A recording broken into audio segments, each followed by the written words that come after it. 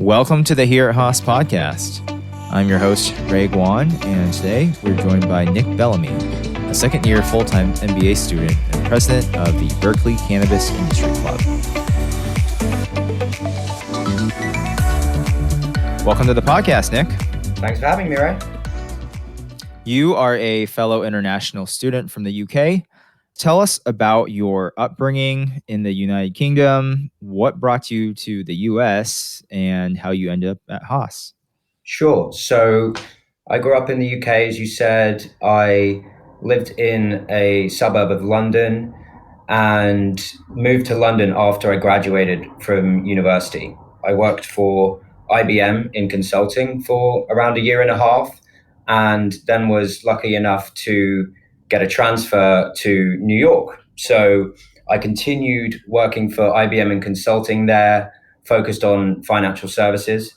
And after a couple more years doing that, I moved into the corporate strategy team of global business services. So working at IBM for my entire professional career so far, I wanted to explore other pastures. I was really focused on finding a role and an industry that I really identified with and was passionate about. And that's what led me to exploring applying to business school. So as we both know, that process is a long and arduous one and requires a lot of self-reflection. So during that process, I came to find an interest in cannabis and the industry itself specifically, and all the opportunities that were available to me. I just felt that there was such an incredible range of things that I could do with my experience that I couldn't achieve in other industries, and was, as I said, I wanted to be really passionate about it. So I took some time to do a pre-MBA internship at a VC fund based out of LA and loved it. So I wanted to continue that. And after getting into Haas, I've continued to explore that. And that's kind of where I am at today. Let's go back to when you were talking about applying to business school, specifically, I guess, to Haas. But in your process, when you were applying to business school, with Haas being one of those schools, obviously, what did you expect? I mean, coming from the UK, are the expectations of an MBA here similar to those in Europe? Yeah, I did initially consider schools in Europe, but after a while, wanted to just get a different experience completely to what I had before. I'd lived in London and Europe. I'd lived on the East Coast. This industry that I was interested in its capital is in California. So it seemed that it was a natural choice for me to explore schools in California. And as it relates to why Haas, I feel that I feel like we all know that they're a much more progressive and open school and culture. Mm-hmm. And every connection that I made with Haas, I just felt like, yeah, this fits. You just have that feeling. And that was from the moment that I stepped on campus to when I heard that I got in. I just felt that it was right for me in the way that it was principled, its culture, the people who tend to go to the school, it just all felt right to me. So that's kind of what led me to California with business school and specifically Haas. But, as it relates to how MBAs are viewed in Europe, I feel like it's a very much different perception in that in Europe, it's not seen necessarily as a huge must-have. Whereas in some areas in the US, depending on what industry or level of management or role or whatever you want to get into, it's more seen as a great nice to have or tick in the box. So I feel like they're very differently perceived in Europe. And, while I want to move back to Europe one day, I don't feel like I do immediately. So felt really comfortable in making that leap despite those differences that I see in perceptions. Right. I want to actually back up a little bit on when you were talking about finding the role in the industry that you're passionate about. So how did you find out that cannabis was that role or was that industry that you're, interested in? Like, was this trial and error? Was that already part of your life at that point? If you care to admit, like, how did you end up deciding on cannabis?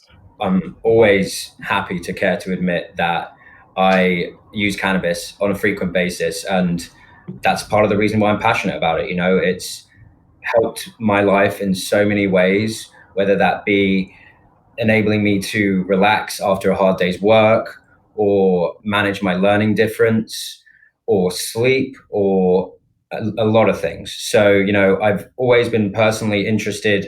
I wouldn't say always. I've been personally interested for many years, and that kind of led me to reading about the topic. And, one thing that I have always said to people is, if you can spend your weekends willingly reading about something and educating yourself on something, that's a great sign. And I just took that as a sign of wanting to explore something that I was passionate about and really enjoying doing that. So that was one thing, the passion side. And I also explored starting a business with a friend back in the UK several years ago. It never came to fruition, and it just wasn't really a sustainable idea. And we also didn't have the skill set that we needed, which is another reason why I wanted to go to business school, to kind of explore the whole industry subject matter more and really feel more informed. I didn't really feel informed enough to take that leap into entrepreneurship, into startups, into whatever, into a new industry generally. So I wanted to continue to explore that at business school. And I feel that's where it's come. And every interaction I have with the industry, I love it more and more. And I just love learning about it. Yeah. I think it's one thing to enjoy consumption of products, right? Like whether it's cannabis, whether it's food, even, iPhones or technology. And it's another to be really so fascinated, so potentially obsessed by it that you spend your free time understanding, maybe the logistics of it, the farming as it relates to cannabis, like really the product, like the chemistry behind it. So let's dive into your involvement with the cannabis club here at Haas. So I believe you're one of the co-presidents of the Berkeley Cannabis Industry Club. Tell us about the club. Yeah, sure. I am one of the co-presidents. I have an amazing co-president, Delana. She and I work incredibly well together, and I feel like our chemistry is a huge reason behind the success that we've had in the last year. So, a lot of that success can be summed up through SheCan, which happened in March and must have been 2 or 3 days before the Bay Area was shut down, and before we knew really anything about Corona or COVID. So, that was a really momentous event for us. It took months of planning. We had over 300 people from the wider community and Berkeley attend. It was an amazing event where we brought to light people from underrepresented minorities and also women who helped build this incredible cannabis industry that we're a part of. And really just sums up our club. We want to help people. We don't have another agenda. We just want to learn. We want to connect people, and we want to just educate ourselves and our members about cannabis. So I feel like that sums up our club really well. And one thing that we're trying to do differently this year is bring a bit more of a social aspect to it. Although that's pretty difficult with COVID, we feel that we had a really big focus on that community and education aspect last year, but we want to bring that social aspect and more fun to it this year. So you'll be seeing some really awesome and cool things in our speaker series, which is in Fall B, or mostly November. Yeah. And actually, that's one of the questions I had, because last year we had a guest on who represented, or who was a co-president of the Food at Haas Club. And prior to that, I had no idea that the Food at Haas Club actually focused more towards careers than like the social aspect. So is it safe to say that the Cannabis Club at Haas kind of splits the difference between having, career speakers and also social events once we are able to, I guess, safely meet in person again? Yeah, I think that last year we were more aligned to what food at Haas would have been like.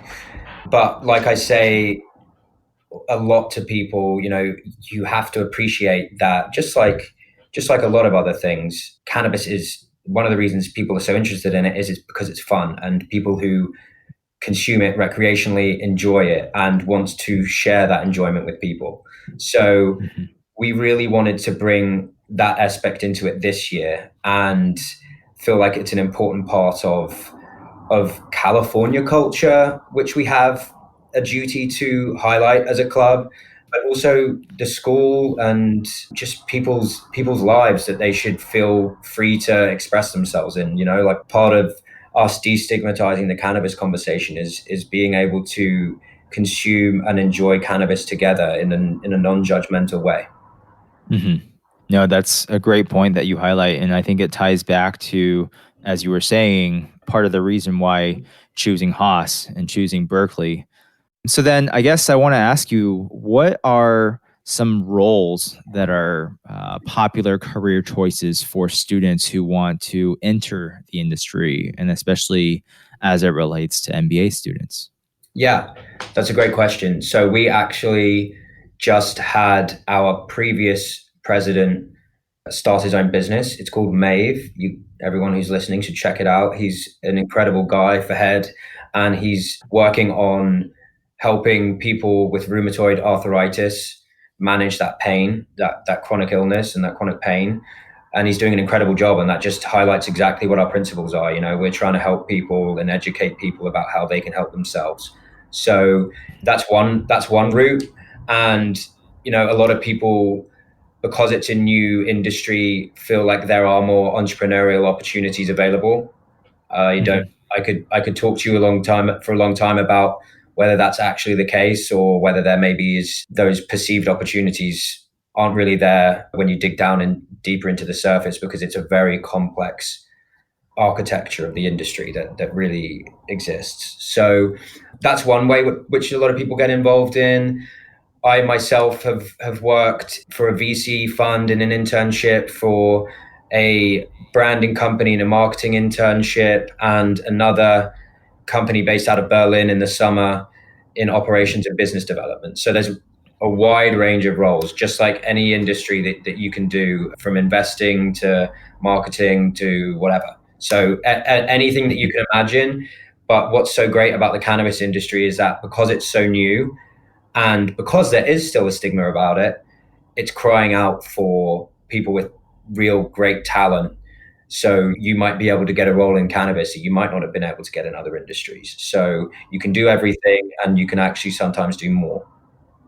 Yeah. And it seems like the role that may be best for you in this industry depends on your experience, your skill set, right? Like for someone like you, Nick, or the prior president who has been involved in this industry for a while, entrepreneurship might be a very valid route, but you can still contribute in this industry with like a sales and marketing background. I think you mentioned operations and business development. So a lot of these skills that you learn as a student can also be applied in the cannabis realm as other realms. Absolutely. And just like other realms, we have a great set of alumni working in the industry. One of my internships that I have had was working with an EW student who now is the CEO of Docklight Brands. Really awesome guy, and has been a great guiding effort in my progression over the last year or so in the industry. So just like anything, everything's available to you. We've got great networks here with the club and through Haas, and yeah, we're loving it at the moment. It's great fun. Awesome. Well, I want to ask you next about your experience in your internships. And I'd actually want to first jump back to, you mentioned you did a pre-MBA internship, Mm-hmm. which is actually, I think, This is actually the first time we've had a guest come on the podcast that has done a pre-MBA internship. Oh, wow. So I actually like to ask you about, can you just tell our listeners what went into decision of doing a pre-MBA internship, and was it difficult to leave knowing that that was kind of the path that you wanted to pursue? Yeah, great question, because it was difficult to leave, knowing that was the path I wanted to pursue.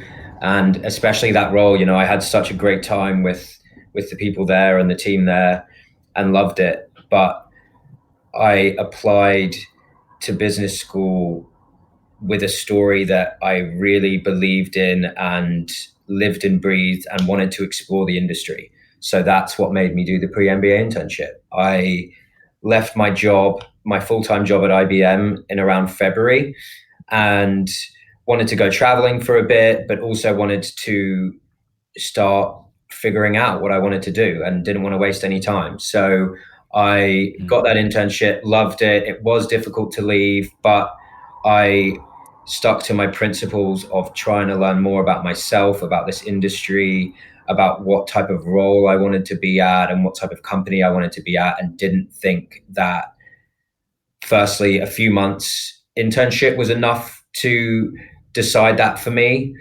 or at least that I didn't want to continue trying to answer that question, and really wanted to dig deeper into myself. Okay. And then fast forward, after the first year of the full-time MBA, you started working at another cannabis company over the summer. Tell us about that experience and how it differed from your pre-MBA internship. Yeah, it was vastly different, and that's one of the reasons I wanted to do it, actually. So as we've said, I'm from the UK, and I haven't spent more than like a week there since I left, like nearly 5 years ago now. 5 years in October. So I haven't really had the chance to spend a significant amount of time there. And I love Europe. I love England so much. I'm a huge soccer fan, or football fan, I should say. So, it's that, the community, the culture back there, I miss it greatly. And wanted to explore living back there and potentially moving back there full time. So took an internship in Berlin, which is considered, Germany is considered the current and future cannabis capital of Europe. So wanted to explore what living near home was like and being back home was like. So that was not Amsterdam, huh? No, Amsterdam's actually not that much of a business center of cannabis, more so a cultural center. It's actually not technically fully legal recreationally there. They just exercise loopholes in regulations for their tourism. So no, not there, although I did visit while I was back in the summer. One of my great friends lives there, so visited him. And one thing that was great about being in Europe was that they managed COVID a lot better than they have done over here in the US. So I was in the office every day apart from the first 2 weeks when I was isolating. So that was an awesome experience. And, role wise, I knew that I loved my VC internship, but also wanted to explore what a similar role at IBM would look like in the cannabis industry. So I looked into doing business development there, but then also wanted to explore operations side of things, because I've always consulted on operational improvements, but never actually done them. So wanted to kind of just continue to validate my hypothesis or invalidate it that I had about the industry going into my first internship. So that's kind of what led me to all of that. Mm-hmm. And so now you are at the start of your second year. Knowing what you know and what you gained out of the first year of the MBA, as well as your 2 internships, where does that put you going forward? Yeah, so I think that what I've learned career-wise over the last year, and through my experience and through my time at Haas, is not that I have to have this particular role at this particular company, but that I need a role that satisfies the way I like to think and the way I enjoy working, which is with kind of creativity and an analytical mindset where one thing doesn't necessarily lead to another thing. And you get to use your brain to analyze whether you think X relationship is good or why business is worth investing in or whatever. So I think that it's helped me realize that I need a particular type of role, not a particular role, which has been really useful. It's kind of a bit liberating as well. And it's also helped me realize that I'm not quite ready to go back to Europe full time, and would love to base myself out of either San Francisco or New York or California generally. My partner lives back in New York, so, and I loved it there, so I would be very open to going back there too. For sure. So why don't we conclude this interview with some lightning round questions? So the first thing I wanted to ask you is just one thing that you're looking forward to whenever things completely return to normal. Oh, wow. Going to a bar with my Haas classmates, that would be great. Ever since being back at Haas, I felt the academic side of things has actually been great this year. But the social side, I miss that dearly. So just right. Friends, really. Right. No, we all do. And I love how you kept it simple. It's just like, hey, just want to grab a drink with my friends. Okay. And then next question. What's a book or podcast that you recommend that you're currently consuming? Yeah, I love The Daily. Obviously, it's such a fascinating time in our history at the moment, politically and culturally. It's super informative. Highly recommend it. And obviously, it's extremely popular, so most people probably know about it. Yep. Pre-show, we were talking about soccer or football, the real football, right? I think we've actually both been to World Cups. So I'll ask you this: what's your favorite soccer memory? Oh, wow. My favorite soccer memory, or football memory, I should say, is when England beat Wales in the Euros in France in 2016. Daniel Sturridge scored the last minute winner, and me and my mates were behind the goal and just went crazy, which is just an unbeatable feeling as an England fan. Yeah. I think you probably get a similar type of reaction in the US for football. Like, have you actually been to an American football game? I've not actually.